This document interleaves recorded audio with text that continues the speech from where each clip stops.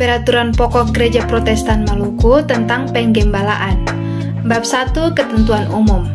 Yang dimaksud dalam peraturan pokok ini antara lain, penggembalaan adalah wujud pelayanan pemeliharaan Allah yang dipercayakan kepada gereja melalui Yesus Kristus dan Roh Kudus untuk menuntun umat manusia agar mengalami pertobatan dan pembaruan hidup sesuai firman Allah demi terciptanya kehidupan yang damai sejahtera dengan sesama, alam semesta, serta Tuhan Pencipta dan Penyelamat.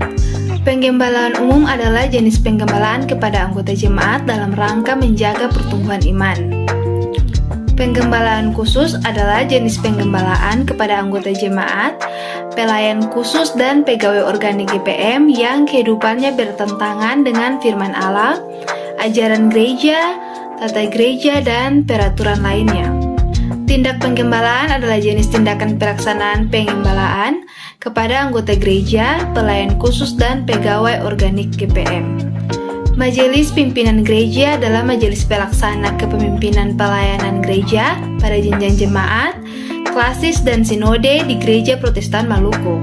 Majelis Jemaat adalah badan gerejawi yang berfungsi memimpin, mengarahkan pelayanan gereja, melengkapi anggota jemaat, dan yang mewakili jemaat berdasarkan tata gereja, peraturan-peraturan gereja, dan keputusan-keputusan Gereja Protestan Maluku yang melaksanakan tindak penggembalaan pada jenjang jemaat.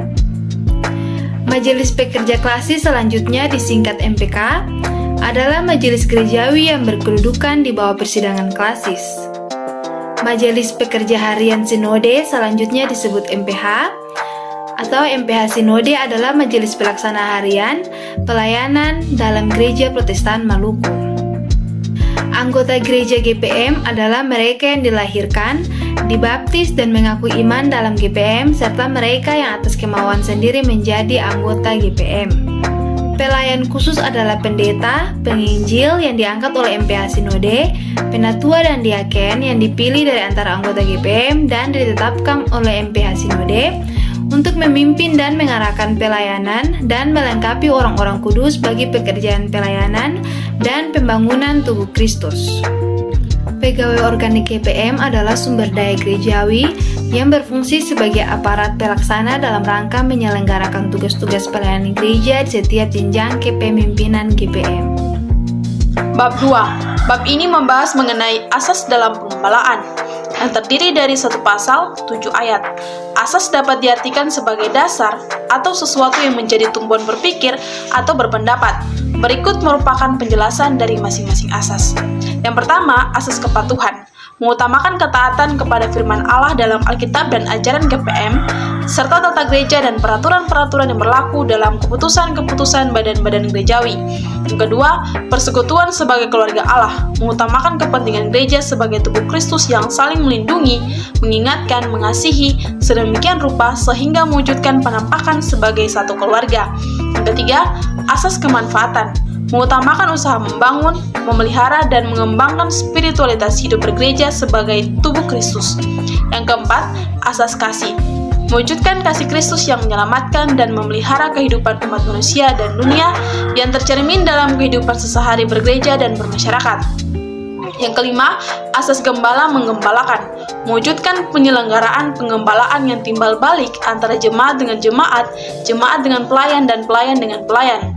Yang keenam, asas pertobatan dan pembaharuan hidup, mengutamakan terjadinya pertobatan dan pembaharuan hidup pelayan dan anggota gereja yang bersumber dari tindakan Allah yang menyelamatkan dan memelihara di dalam Kristus menuju kekudusan hidup bergereja yang berdaya guna bagi kehidupan masyarakat.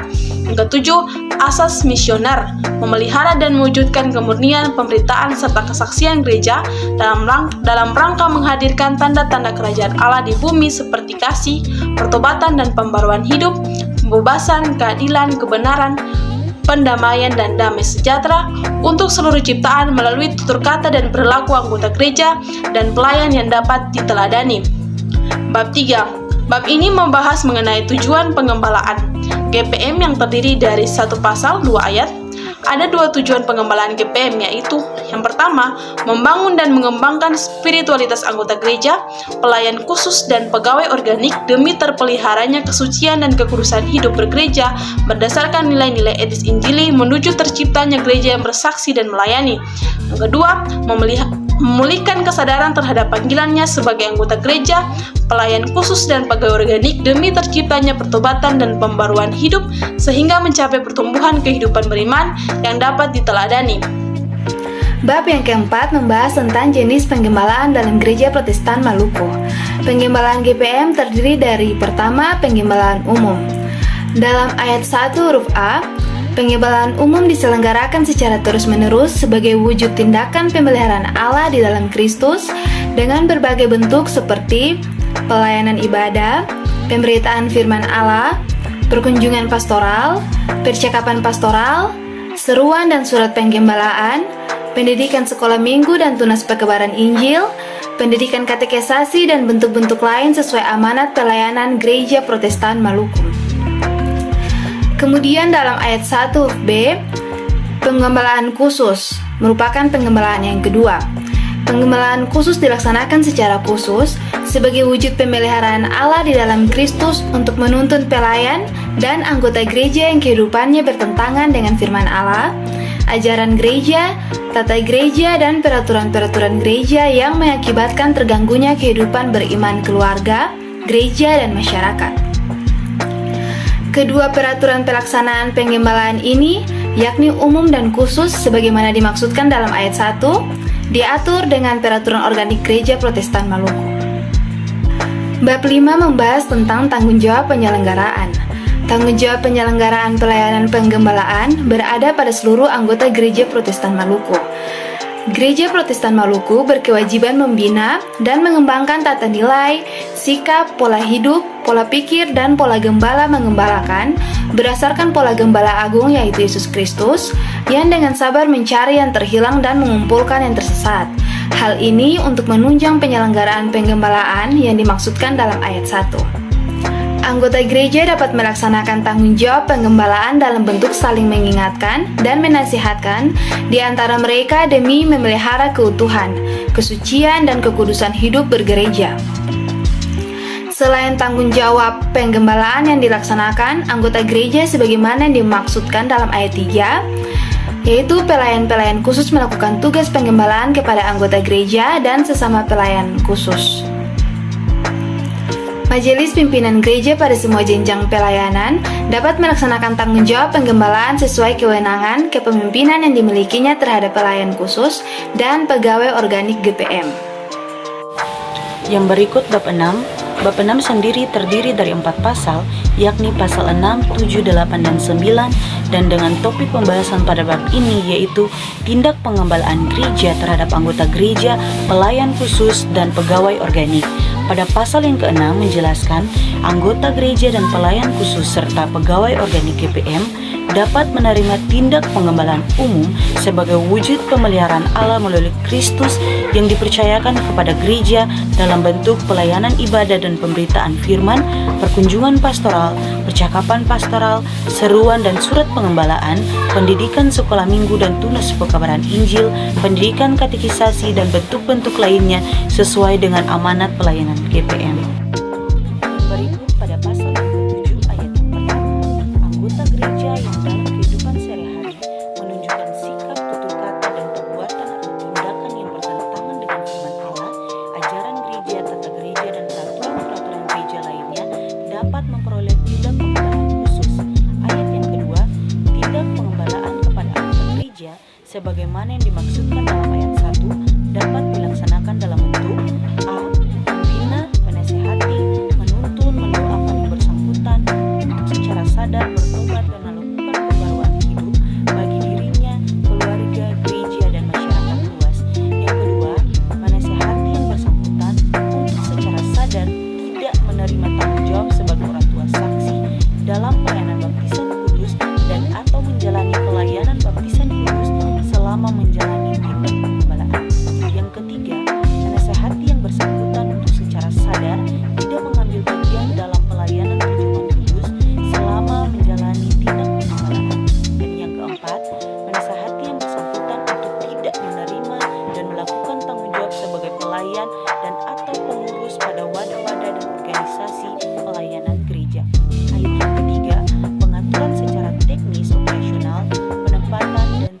pengembalaan kepada anggota gereja sebagaimana yang telah dimaksudkan dalam ayat 1 yang diatur dengan peraturan organik GPM.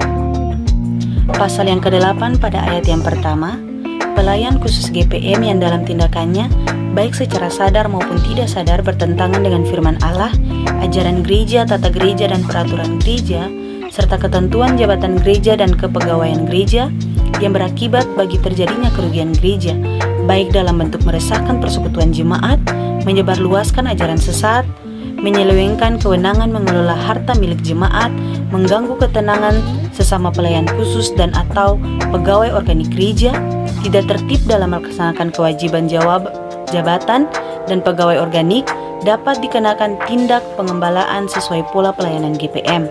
Ayat yang kedua, tindak pengembalaan kepada pelayan khusus GPM sebagaimana disebutkan dalam ayat 1 dilaksanakan dalam bentuk yang pertama, menasihati, membina dan menuntun yang bersangkutan untuk menyadari kesalahannya serta membarui hidup dan kinerja pelayanannya. Yang kedua, menegur yang bersangkutan dengan teguran lisan.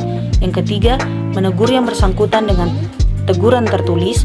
Yang keempat, menasihati yang bersangkutan untuk dengan sadar tidak mengambil bagian dalam melakukan pelayanan sakramen baptisan kudus dan perjamuan kudus. Yang kelima, membebaskan yang bersangkutan dalam jangka waktu tertentu dari pelaksanaan tanggung jawab pelayanan jabatan gerejawi dan atau tanggung jawab sebagai pegawai organik dalam jabatan tertentu yang diembannya. Yang keenam, melakukan penundaan perolehan hak-hak kepegawaian, dalam hal ini kenaikan gaji dan kenaikan pangkat selama 1 tahun. Yang ketujuh, memberhentikan yang bersangkutan tidak atas permintaan sendiri. Pada ayat yang ketiga, pengaturan secara teknis operasional, penetapan tindak pengembalaan kepada pelayan khusus dan pegawai organik GPM sebagaimana dimaksudkan dalam ayat 1 diatur dengan peraturan organik GPM. 9. Sama halnya dengan tindakan yang diambil pada pasal ke-8 terkait dengan tindakan yang diambil oleh GPM dalam pengembalaan khusus yang dilakukan kepada pegawai organik GPM. Pada ayat yang pertama, pegawai organik GPM yang baik dalam tindakannya secara sadar maupun tidak sadar bertentangan dengan firman Allah, ajaran gereja, tata gereja dan peraturan gereja, serta ketentuan kepegawaian gereja yang berakibat bagi terjadinya kerugian gereja dapat dikenakan tindak pengembalaan khusus. Pada ayat yang kedua, tindak pengembalaan kepada pegawai organik GPM sebagaimana telah disebutkan dalam pasal 8 tadi, maka hal yang sama juga dilakukan tindakan pengembalaan terhadap pegawai organik GPM. Pada ayat yang ketiga atau ayat yang terakhir, peraturan secara teknis operasional, penetapan tindak pengembalaan khusus kepada pegawai organik GPM sebagaimana dimaksudkan dalam ayat 1 diatur dengan peraturan organik GPM. Bab 7 tentang prosedur penggembalaan. Prosedur penggembalaan masuk dalam kategori aspek integritas dan autentisitas. Mengapa demikian? Yang pertama, aspek integritas menampilkan gaya hidup yang berpusat pada Roh Kudus sehingga merepresentasikan kehidupan yang berkumpul pada Roh Kudus. Hal ini berarti bahwa penggembalaan menghasilkan kehidupan umat maupun juga pelayanan khusus ke arah yang lebih baik sesuai dengan kehendak Tuhan dan dasarnya Alkitab. Yang kedua itu autentisitas. Mengapa demikian? Autentisitas sendiri berkaitan dengan jabatan gereja yang berarti akan membahas penggembalaan seputar anggota, pelayan khusus jemaat, klasis hingga sinode. Nah, setiap pasal akan merujuk pada prosedur penggembalaan bagi anggota, pelayan khusus pada tingkat jemaat, klasis hingga sinode. Jika anggota melakukan suatu kesalahan, maka akan dilakukan penggembalaan oleh sesama anggota gereja dengan cara menegur dan menasihati agar timbul perubahan dalam hidup. Hal ini juga berlaku bagi pelayan khusus tingkat jemaat, klasis, dan sinode. Dalam prosedur penggembalaan terdapat 3 tahap penggembalaan.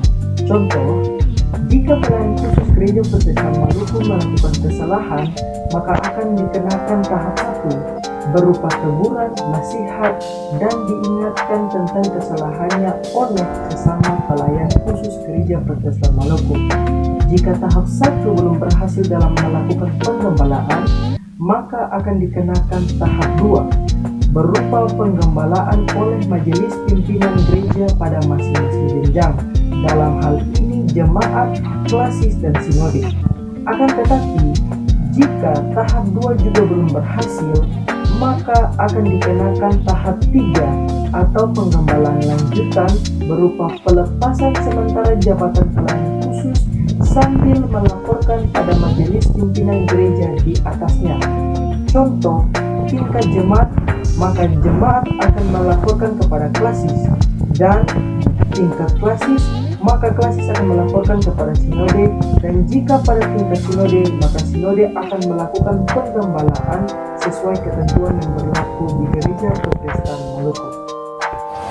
Ya, selanjutnya itu bab yang ke-9 yang berbicara tentang ketentuan peralihan yang terdiri dari satu pasal, yaitu pasal yang ke-14. Sambil menunggu peraturan organik oleh Majelis Perkara Lengkap Sinode, maka MPH Sinode menetapkan aturan teknis sementara sebagai pedoman pelaksanaan penggembalaan bagi seluruh majelis pimpinan gereja. Yang terakhir yaitu bab ke-10, ketentuan penutup, pasal 15. Yang pertama, dengan ditetapkannya peraturan pokok ini, peraturan pokok tentang pengembalaan dan disiplin GPM tahun 1995 dinyatakan tidak berlaku lagi. Yang kedua, peraturan pokok ini berlaku sejak ditetapkan.